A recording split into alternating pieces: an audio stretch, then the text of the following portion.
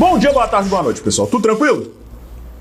Depois da Rosa Weber anular alguns trechos de um decreto presidencial do Jair Bolsonaro, agora foi a vez da Carmen Lúcia atacar o presidente, pedindo que ele seja julgado por crime contra a humanidade, o conhecido genocídio. Quando as duas moscas mortas da casa saem das sombras assim, é sinal inequívoco de que eles mudaram a estratégia de ataque. Agora, ligaram o modo rodízio de faltas para tentar dissipar ali as possibilidades de retaliação por parte do executivo. A grande verdade aqui, galera, é a seguinte: estamos em guerra declarada e não dá mais para voltar atrás. Mas antes desse tema principal, eu queria abordar com vocês um tema correlato até. É o inacreditável painel da Universidade Federal do Rio de Janeiro. Quem não viu ainda, dê uma olhada.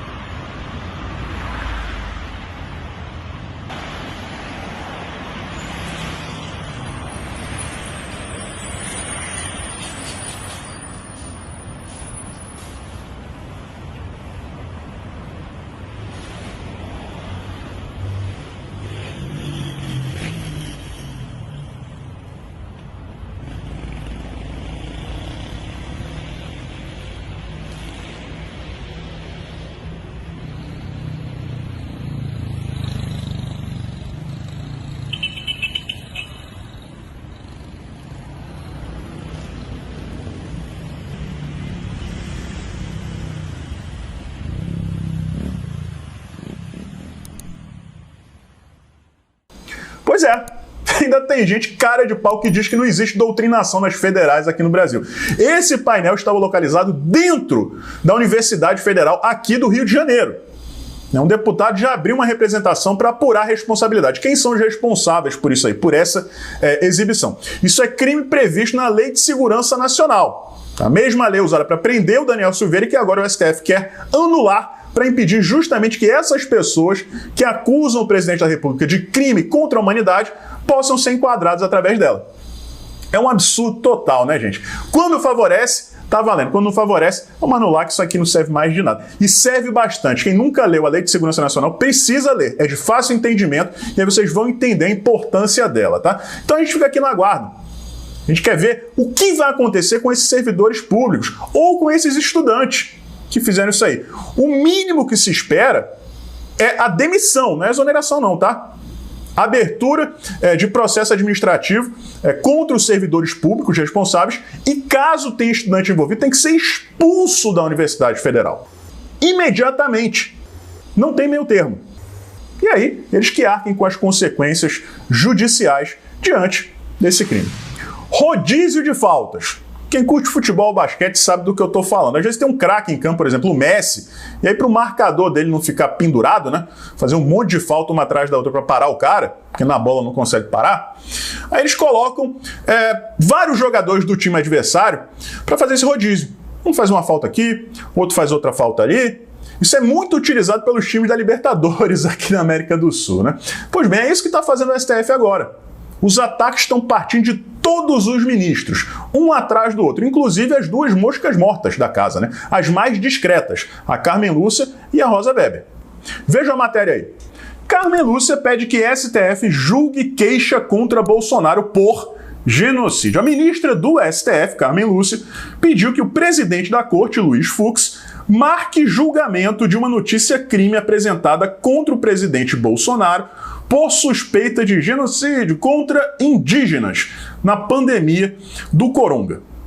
O objetivo é julgar se a PGR deve abrir ou não um inquérito para investigar o presidente por sua conduta ao vetar trecho de lei para assistência a indígenas durante a crise sanitária, que previa garantia de fornecimento de água potável e insumos médicos.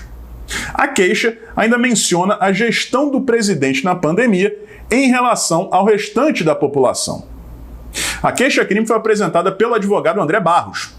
Segundo a defesa de Barros, feita pelo advogado Luiz Maximiliano Telesca, os crimes de genocídio não se referem apenas aos indígenas, vejam bem, mas a toda a gestão de Bolsonaro na pandemia. É aí que o jogo pode virar, vou explicar para vocês.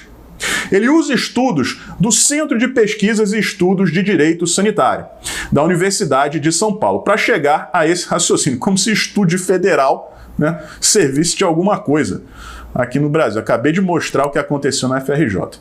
O presidente da República buscou de maneira concreta, abre aspas, né, que a população saísse às ruas, como de fato saiu, para que contraísse rapidamente a doença. Vejam o nível da acusação. Ele está dizendo que o Bolsonaro pediu para que as pessoas fossem às ruas para se contaminarem, sob a falsa informação da imunização de rebanho. Fecha aspas, afirmou ele na sexta-feira em petição ao Supremo. Abre aspas novamente, para o advogado Max Telesca, se o STF acatar o arquivamento, serão fechadas as portas do judiciário para a apuração deste genocídio contra o povo brasileiro. Pois bem, o Augusto Aras, procurador-geral da República, já disse que não procede, que não vai abrir nada, porque o presidente simplesmente respeitou o orçamento público, né? A LOA, Lei Orçamentária Anual. Se ele fizesse isso, ele estava correndo o risco de sofrer um impeachment, né, por quebrar a regra de ouro, gasta mais do que arrecada. Mas eles não querem saber disso, né? Eles querem botar o Bolsonaro na roda de todo jeito. Tem um monte de gente se aproveitando disso para aparecer e para cometer o mesmo crime que aquelas pessoas lá da UFRJ cometeram.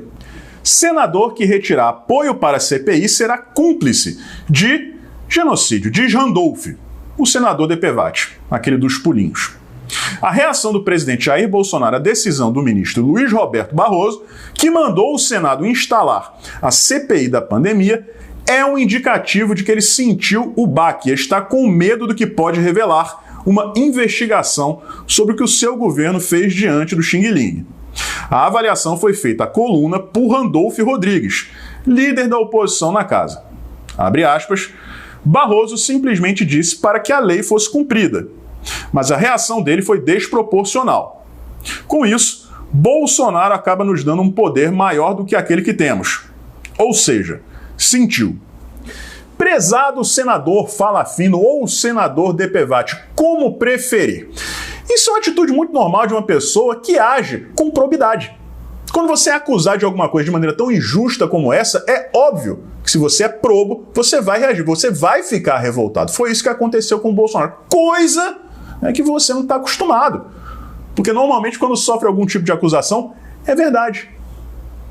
Coisa horrível, Randolph. Tentando governar o Brasil através de liminares, como você vem fazendo desde que o Bolsonaro assumiu, com a conivência da Suprema Corte Brasileira. Eu queria fazer um alerta aqui para os ministros do STF, porque se essa CPI se alongar e alcançar prefeitos e governadores, vocês, ministros, podem ser culpados também. Por que eu digo isso? Porque será, sem a menor sombra de dúvida, comprovada a culpa deles. Com dolo. Desvio de verba. A gente acabou de ter o exemplo aí da governadora do Rio Grande do Norte, que pegou 900 milhões de reais enviados a ela para combater o Xing Ling e colocou a folha salarial em dia. Né? E aí? Se foram vocês, ministros do STF, que deram a eles esses superpoderes, né, para combater a crise sanitária, será que vocês agiram com dolo, com culpa? Não sei. Isso pode ser apurado através dessa CPI que a maioria dos senadores quer aprovar. Não só para investigar o governo federal, mas também os governadores e prefeitos. E é aí que o caldo vai entornar para todo mundo que está fazendo falcatrua. Eu não estou dizendo aqui que os ministros do STF fizeram parte da falcatrua, mas a culpa subjetiva acontece dessa forma. Quando você dá a responsabilidade para esses governadores e prefeitos, e aí eles fazem tudo que fizeram. Se for comprovada a culpa dos ministros do STF, eles também podem ser envolvidos nesse processo aí. Talvez seja disso que eles tenham medo nesse momento, né?